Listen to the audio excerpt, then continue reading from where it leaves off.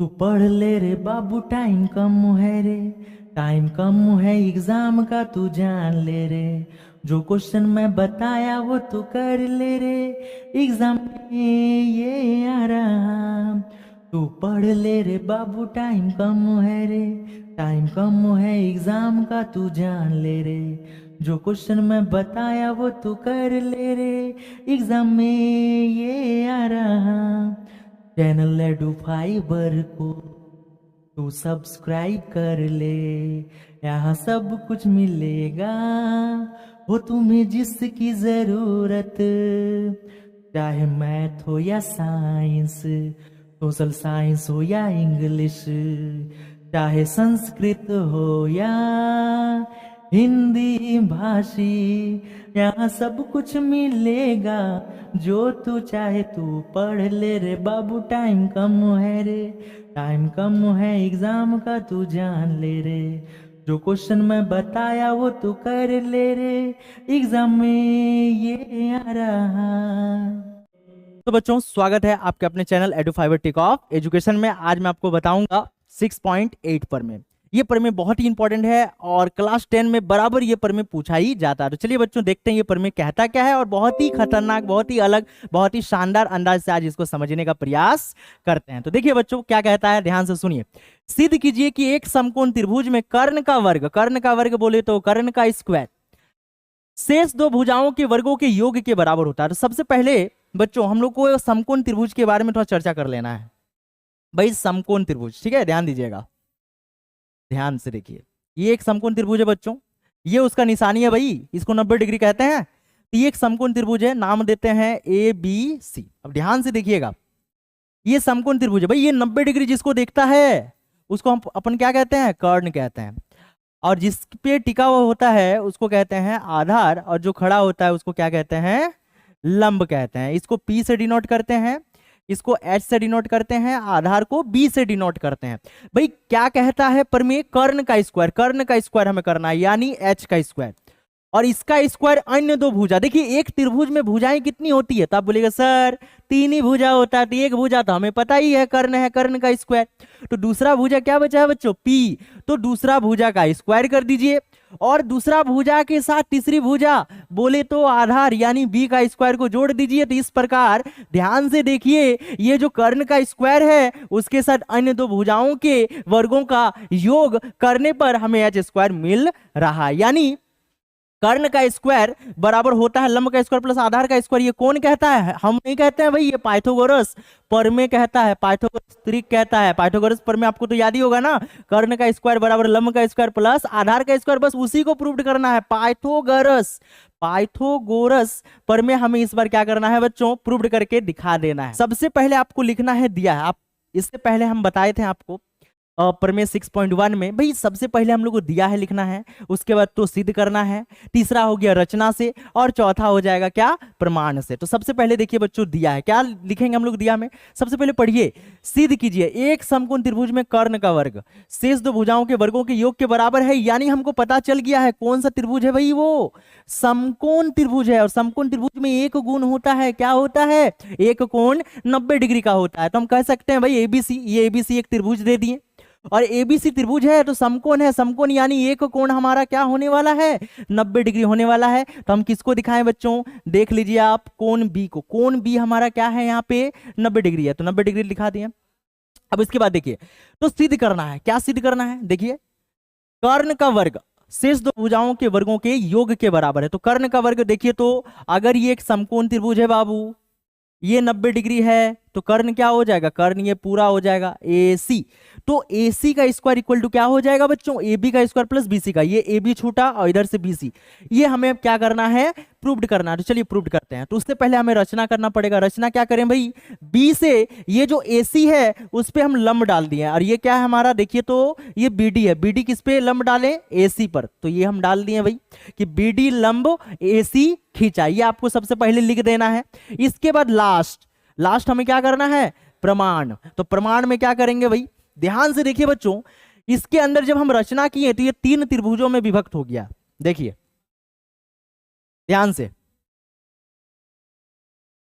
ये हमारा ABC त्रिभुज है। जैसे इसको बांटे भाई देखिए ध्यान से, ये एक त्रिभुज है, ये एक त्रिभुज है, ये भी एक त्रिभुज है, और ये बड़का वाला भी एक त्रिभुज है। तो कुल मिला के त्रिभुजों की संख्या कितनी हो गई? तो आप बोलेगा सर ये तो 3 हो गई। तो चलिए तीनों त्रिभुजों को लेकर इस प्रमेय को आज हम लोग सिद्ध करते हैं। देखिए यहां पे अलग अलग कर दिए भाई, ध्यान से देखिए। जब हम लोग डी डाल दिए तो ए बी डी, ध्यान से देखिए, ए बी डी यहां पे 90 डिग्री है, ध्यान दीजिएगा। उसके बाद बी डी सी, डी पे 90 डिग्री है, देखिए डी डी सेम है ना, और बी भी हमारा 90 डिग्री था। तो ए बी सी, ये बड़का वाला त्रिभुज हो गया, ये छोटका दोनों हो गया, दोनों आपस में सेम है, ठीक है। चलिए अब इसी को लेके बनाते हैं बच्चों। तो प्रमाण में सबसे पहले हम लेंगे बड़का वाला त्रिभुज ए बी सी में, और उसके बाद छोटका वाला, ये वाला, ये जो छोटा वाला है, ध्यान से देखिएगा, ये जो छोटा त्रिभुज है इस त्रिभुज को लेंगे। तो हमारे पास एक बड़ा त्रिभुज है एबीसी, और छोटा क्या हो जाएगा बच्चों? एबीडी या एडीबी, कोई भी ले सकते हैं। तो हम यहाँ पे ले लिए एडीबी। अब दोनों को हम देखेंगे कि भाई ये समरूप है कि सर्वांगसम है। चूंकि देखिए ये छोटा त्रिभुज है और ये बड़ा त्रिभुज है, कभी सर्वांगसम हो सकता है क्या? नहीं हो सकता। तो दोनों त्रिभुज आपस में क्या होंगे? तो आपस में होंगे बाबू समरूप होंगे। कैसे समरूप होंगे? दोनों का कोण क्या है? बराबर है, 90 डिग्री है, इसीलिए समरूपता की कसौटी इस पे लगने वाला है, सर्वांगसम का कसौटी इसमें नहीं लगेगा। तो क्या करेंगे बच्चों? एबीसी और एडीबी में देखेंगे भाई क्या मिल रहा है। तो सबसे पहले देखिए कि ये भी 90 डिग्री का रूप धारण किए हुए है, और ये जो छोटा त्रिभुज है ये भी 90 डिग्री का रूप धारण किए हुए है, यानी दोनों आपस में क्या है? 90 डिग्री है। तो हम कह सकते हैं एबीसी और एडीबी, यहां का बी एंगल और यहां का डी एंगल, ध्यान से देखिए दोनों 90 डिग्री है, दोनों 90 डिग्री है। तो कहां से आ गया बाबू? रचना से आ गया, क्योंकि ऊपर में रचना की है ना, लंब डालने हैं, लंब डालने से 90 डिग्री हो जाता है, तो रचना से हो गया। उसके बाद देखिए तो इन दोनों में क्या कॉमन है भाई? ये वाला त्रिभुज और बड़का वाला त्रिभुज में क्या कॉमन है? तो आप बोलेगा सर दोनों त्रिभुज में तो भाई ये एंगल ए कॉमन है। देखिए छोटका वाला त्रिभुज में भी है और बड़का वाला त्रिभुज में भी है, तो एंगल ए दोनों में कॉमन है, और जो कॉमन होता है उसको अपन क्या कहते हैं? उभयनिष्ठ कहते हैं। ध्यान से देखिए एंगल बी ए सी और एंगल बी ए डी दोनों में क्या है? कॉमन है, इसीलिए उभयनिष्ठ। और क्या है बाबू? कोण है कि भुजा है? तब बोलिएगा सर ये तो कोण है, तो इसीलिए हम कोण लिख दिए, उभयनिष्ठ कोण। अब देखिए ये एंगल हो गया, ये भी एंगल हो गया, और हम जानते हैं कि इसमें सर्वांगसम होगा ही नहीं। ये दोनों त्रिभुज आपस में कभी सर्वांगसम होंगे क्या?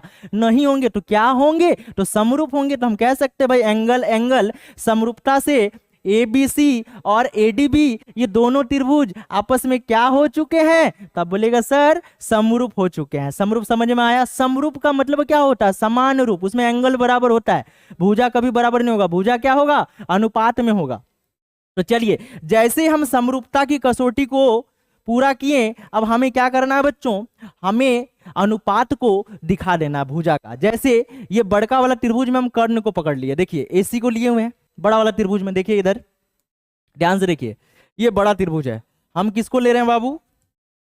हम ले रहे हैं कर्ण को। ये हो गया कर्ण, ठीक है।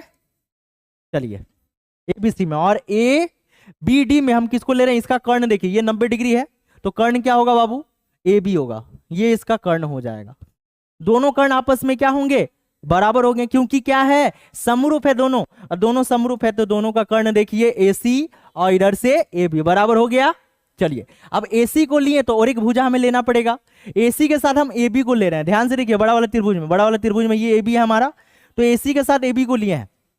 तो ध्यान से देखिए यहाँ पे तो ए बी ले चुके हैं, ये जो छोटा वाला त्रिभुज है ये ए बी ले चुके हैं, तो ए बी के साथ और एक भुजा आएगा, और एक भुजा कौन आएगा? बीडी को नहीं लेना है, जिसको रचना किए हैं बीडी से कोई लेना देना ही नहीं है। तो बीडी से कोई लेना देना नहीं है, तो हमारे पास दो ही भुजा बच रहा है भाई, एक है एडी और एक है ए बी। तो ए बी ले चुके हैं, तो अब बचा कौन? बचा एडी बचा है।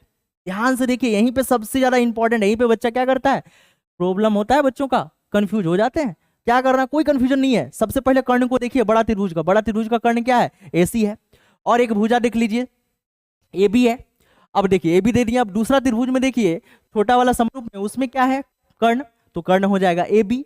अब देखिए ए बी दोनों में आ गया कि नहीं? अब देखिए जो भी रचना वाला पार्ट है बीडी को लेना ही नहीं है, बीडी से कोई लेना देना ही नहीं है, तो बीडी से कोई लेना देना नहीं है, तो क्या आ जाएगा बच्चों? एडी आ जाएगा। अब क्या करते हैं? क्रॉस कर देते हैं। देखिए ए बी और ए बी गुना होने से ए बी का स्क्वायर और AC और AD गुना होने से AC इंटू क्या हो जाएगा AD। समीकरण 1 छोड़ दीजिए, इतना काम हो चुका है। अब चलिए जो काम किए ऊपर में वो काम अभी नीचे भी करना है। नीचे क्या करना है भाई, ये वो छोटा वाला त्रिभुज छूटा हुआ है ना, ये वाला त्रिभुज बोले तो DBC और फिर से बड़ा ABC। तो देखिए यहाँ पे हम लोग क्या करेंगे बच्चों, पुनः यहाँ पे लिख सकते हैं पुनः ABC तथा त्रिभुज BDC में, ध्यान से देखिए BDC और ABC में। अब देखिए इन दोनों को भी क्या करेंगे, सर्वांगसम कर सकते हैं क्या, कभी सर्वांगसम नहीं होगा। तो जब सर्वांगसम नहीं होगा तो ये क्या बनने वाला है, ये समरूप होने वाला है। तो समरूप करते हैं बच्चों। तो चलिए देखिए समरूपता की कसौटी को पूरा करते हैं भाई। ABC और इसका BDC, देखिए इसका B एंगल और इसका D एंगल, ध्यान से देखिएगा भाई, ये 90 डिग्री है इसका और इसका 90 डिग्री, ये दोनों आपस में क्या हो जाएंगे, बराबर हो जाएंगे। कैसे लेंगे, BDC एंगल BDC और इसका एंगल ABC एंगल ABC दोनों आपस में बराबर। क्यों बराबर है, क्योंकि दोनों क्या है 90 डिग्री है। तो चलिए बच्चों ध्यान से देखिए भाई, 90 डिग्री है और रचना का पार्ट है। उसके त्रिभुज में कॉमन क्या है, अभी तो हम लोगों ने D और B का जिक्र कर लिया, ये दोनों 90 डिग्री है। अब देखिए कॉमन क्या है, इसमें C है और इसमें भी C है। तो देखिए ये जो C है दोनों में है, तो यानी हम इसको क्या कह सकते हैं, उभयनिष्ठ कह सकते हैं। तो देखिए BCA बराबर क्या हो जाएगा, एंगल BCD, ये क्या है, उभयनिष्ठ कोण है, उभयनिष्ठ है इसलिए बराबर है। चलिए तो ये भी हमारा एंगल हो गया बच्चों, ये भी एंगल हो गया। तो एंगल एंगल यानी एंगल एंगल समरूपता से दोनों त्रिभुज आपस में क्या हो चुके हैं, समरूप हो चुके हैं। समरूप हो चुके तो फिर इसका भुजा का अनुपात कर देंगे। कैसे, देखिए अब इसका कर्ण, बड़ा वाला त्रिभुज को लेते हैं बच्चों। बड़ा वाला त्रिभुज में देखिए कर्ण क्या है, AC है। चलिए AC ले लिए और ये वाला जो त्रिभुज है इसमें कर्ण कौन हो जाएगा, ध्यान से देखिए ये कर्ण है यानी BC। तो ध्यान से देखिए AC और BC आ गया ना, दोनों आपस में कर्ण है।